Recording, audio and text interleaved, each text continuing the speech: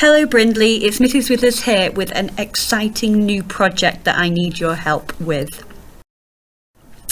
We have an exciting opportunity to create Brindley Heath's very first ever sensory garden, and we need your help for that. Do you remember the Willow Sculpture area on the big playground? Okay, think about walking onto the big playground and then to the left of you, well, that area, that willow tree sculpture has gone. And it now looks something like this. So over our half-term holiday, we've had some diggers in and they have completely flattened that area and made it completely fresh. And look how big it looks now. It's a big area there. And what we are asking for, Brindley, is your help to redesign this area and create a sensory garden. Okay, so you might be thinking, what is a sensory garden? Well, sensory gardens include features, surfaces, objects and plants that stimulate our senses through touch, sight, scent, taste and hearing. They are places that can be designed with many different purposes in mind. They can be calming with scented plants and restful seating. They might have community areas for growing tasty food or wildlife friendly plants, a therapeutic space for people to recuperate and relax, or a learning zone full of exciting things to touch and smell. The possibilities are endless, and that's what makes sensory gardens so exciting. Okay, so let's have a look at some examples of some sensory gardens that might give us some ideas of what we can put in Brindley's very own garden. Okay, so we might have different textures for us to feel. So in this first picture, we've got some different circles with different textures, and we've got grass, we've got pebbles, we've got wood, we've got bricks, we've got some pebbles set into concrete. We've got some stones, and surrounding those we've got what looks to me like bark and then different plants. In our second picture, looking across the screen then, we can see we've got some sort of canopy with different colours on the roof to attract, to appeal to the sense of sight with all its different colours. Looks like we've got some sort of water feature going on. We've got plants of different sizes and different heights. We've got some borders made of wood here. We've got a chalkboard for children to draw on. Looking down at the bottom here, again we've got different textures to touch. We've got some rubber tyres here which have been painted in different colours. Rubber that we could touch, which appeals to the sense of touch. We've got the colourfulness of this garden, which again appeals to our sights. We've got different plants planted inside those tyres, and again we've got different types of path. We look like we've got some stone paths and some paths made of bricks there, and also some grassy areas. And then looking across to this bottom right hand corner picture, this is possibly my favourite one. Look at all those different colours in that picture, all the different coloured plants. I can see that they've got vegetables growing in the picture. I can see tomatoes growing. The pots themselves, I'm not sure what they're made of. They look perhaps like they're made of wood to me, but we've got yellow and purple and blue for the plant pots themselves, again making them extra colourful.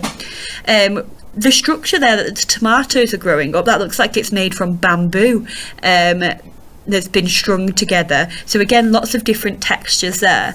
And the little boy in the picture is playing on a xylophone. Again, it looks like it's been created perhaps from wood, and again painted in different colours. So all of these gardens appeal to all our senses.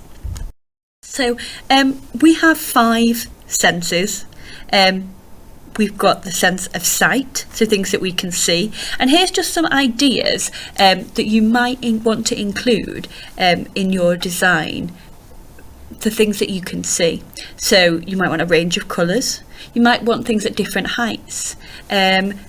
At the back of our garden, we have that big container. We might want to paint that container up.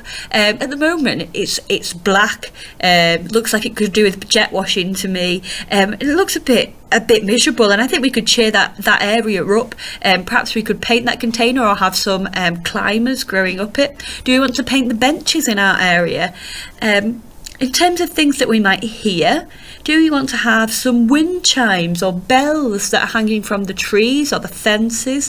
Or perhaps we could create a structure for those. Do we want to create a xylophone like the one in the picture that I just showed you? Perhaps we might have some sort of water feature that has got trickling water in it, that we could hear the sound of the water trickling. Something to say about the water feature: we can't have a pond, I'm afraid, because of safety reasons, but that doesn't mean that we couldn't have some other sort of water feature. So when you're coming up with your design, you can include a water feature in there.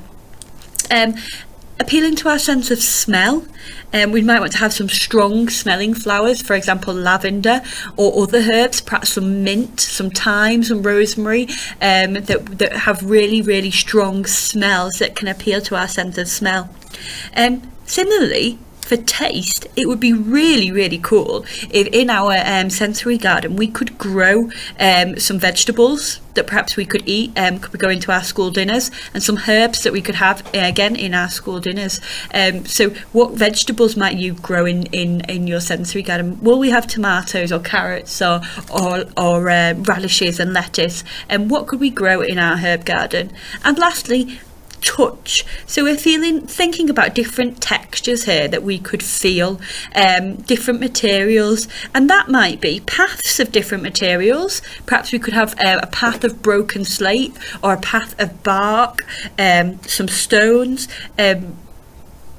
Maybe do a bit of research on the internet, see what you can find. What ideas can you come up with for the different things that we could touch? Could we have some tyres, like in some of the examples, where we can feel the rubber on those? Some bamboo, to create different structures to grow our plants up. So these are just some ideas of what might go into your design. But those are just my ideas, and I'm sure that you have actually got much better ideas than I have for this. Okay, and remember, this is the area that we are wanting to fill, that former willow tree sculpture area. Okay, and then it's this whole area here that we've got to fill. There are some trees, they're not going to be going anywhere. Those trees will be staying, but as you can see, although they're tall, they don't take up much space on the ground, those trees. And then at the back of the area, we've got that container. And again, we're not going to be moving that container, but we can cheer that container up a bit. Perhaps we could paint it, perhaps we could have something growing up the side of it. Okay, and then along the right hand side here, we have also got a hedge as well. Okay, so that's the area that we are looking to redesign. What we want you to do is to design your own sensory garden. So use some of those ideas that I've shown you, do your own little bit of research, and come up with your own creations. What could we put in there? Our garden also needs a name. Okay, so even if you're thinking right now, actually designing this garden maybe isn't for me, but you've got a great idea of what we could call our garden, okay, you can send in your name suggestions as well. So what I'm asking for then is that you send in your designs and or name suggestions, okay, to me at year6@brindleyacademy.com by Friday the 12th of March. Okay, so you've got until that end of that first week back at school to send those designs in to us. There isn't going to be a winner for this. I'm not going to choose one child's design for this sensory garden. What I'm going to be doing is taking different ideas from different children's designs. So for example, if somebody's come up with a fantastic idea for a water feature that we want to include in our garden, we're going to include that. If someone else has come up with a fantastic idea of what we can do with that shipping container to make it look more cheerful, okay, we'll include that as well.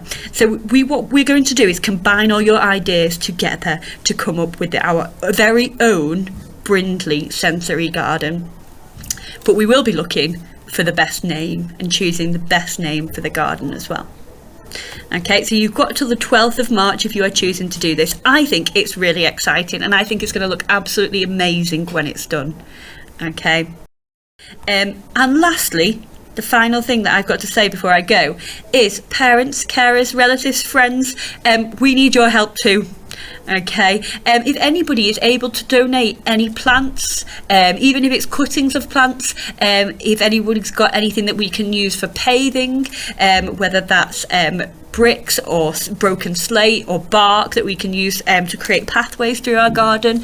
If anyone's got any materials that we can use to create borders or veg beds and things like that, perhaps wood that we can cut down, or if anyone's got any paints that we can use to liven up that shipping container, or any other garden materials that you think would possibly come in use to us, your help would be really gratefully appreciated.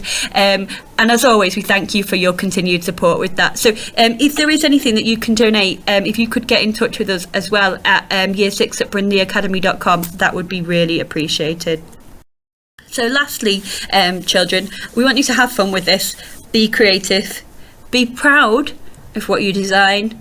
Be Brindley Heath, because it's going to be unique to us. And be you. All right, I hope you enjoy that.